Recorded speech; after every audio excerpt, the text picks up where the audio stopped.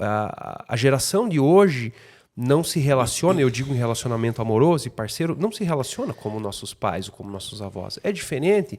Hoje os valores são diferentes, hoje a sociedade está mais livre, hoje a mulher conseguiu ter independência também e poder escolher, ela não fica com um parceiro necessariamente por uma dependência financeira. Enfim, as coisas mudaram. Mas, ao mesmo tempo, eu vejo muita dificuldade das pessoas terem e manterem um relacionamento. Casamentos estão acabando com um tempo menor, né? O que está acontecendo, Silvio? Então, uma coisa que eu coloco, eu digo que na clínica, independente do motivo pelo qual eu fui procurado, eu digo que 80% do meu trabalho é melhorar a comunicação. A pessoa tem ansiedade. Você vai ver que diversos aspectos da ansiedade estão ligados a coisas que ela não conseguiu resolver porque não conseguiu se comunicar direito. Tem depressão, a mesma coisa. Em relacionamento, mais ainda, né? Então, o alicerce de um bom relacionamento é a comunicação. E as pessoas não sabem se comunicar, né? As pessoas têm... A comunicação, né, ela é fabulosa. Ela tem muitos recursos. Então, há muitas maneiras de se dizer uma coisa. Por exemplo, eu digo, todo mundo que é atacado se defende. Se eu pego e digo, porque você fez aquilo e você fez aquela piadinha com a minha cara e tal. Você foi atacado. Você vai dizer, mas e aquela vez que você me constrangeu lá em tal situação? Agora, se eu chegasse para você e falasse, pô, Vitor, né? Pode ser, talvez até uma infantilidade minha, mas quando acontece tal tipo de brincadeira, eu me sinto muito mal. Eu fico realmente constrangido. Se você reparar, eu até tenho saído menos, assim, porque daí eu tô entusiasmado para cima, mas eu penso, poxa, mas aquilo vai acabar acontecendo e eu vou me sentir péssimo.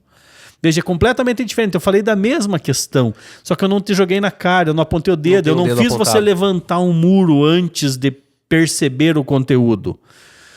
Então você tem uma riqueza muito grande ligada à comunicação. E tem um preconceito muito grande, eu vou defender a minha categoria, as pessoas às vezes têm um preconceito contra a terapia de casal. E eu já escutei isso de muitas pessoas. Silvio, todo mundo que eu conheço fez terapia de casal, acabou separado. É alto índice sim. É grande. Por quê? Porque as pessoas geralmente procuram a terapia de casal quando eles passaram do ponto, né? Eles já se odeiam, eles têm muitas mágoas, eles deixaram muito tempo depois do que ela poderia ser efetiva.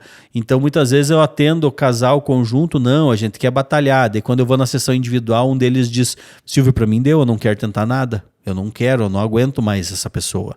Eu preciso só que você ajude a encerrar esse relacionamento, porque eu não quero tentar nada, né? Então a pessoa está completamente fechada. Então a gente tem que procurar ajuda, né? Você não procura ajuda, por exemplo, você está com um problema no olho, assim, está com a visão meio embaçada.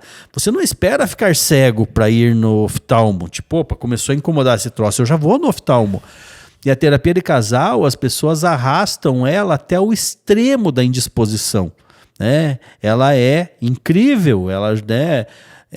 Ontem ou hoje ainda recebi mensagem de uma pessoa de um casal aí assim, falando, nossa, tá muito melhor as coisas, poxa, realmente, agora acendeu, a gente enxergou a luz do fim do túnel, né? O clima em casa melhorou bastante, a parceria, a comunicação está cada vez melhor.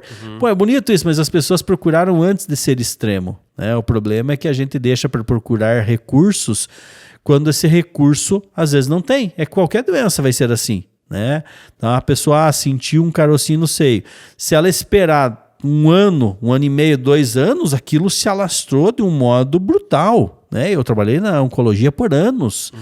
E a pessoa tinha medo de encarar o problema e o diagnóstico, ela escondia de todo mundo. Então ela só mostrou aquilo quando aquilo já tinha atingido um nível de gravidade que a eficiência do tratamento não era mais possível.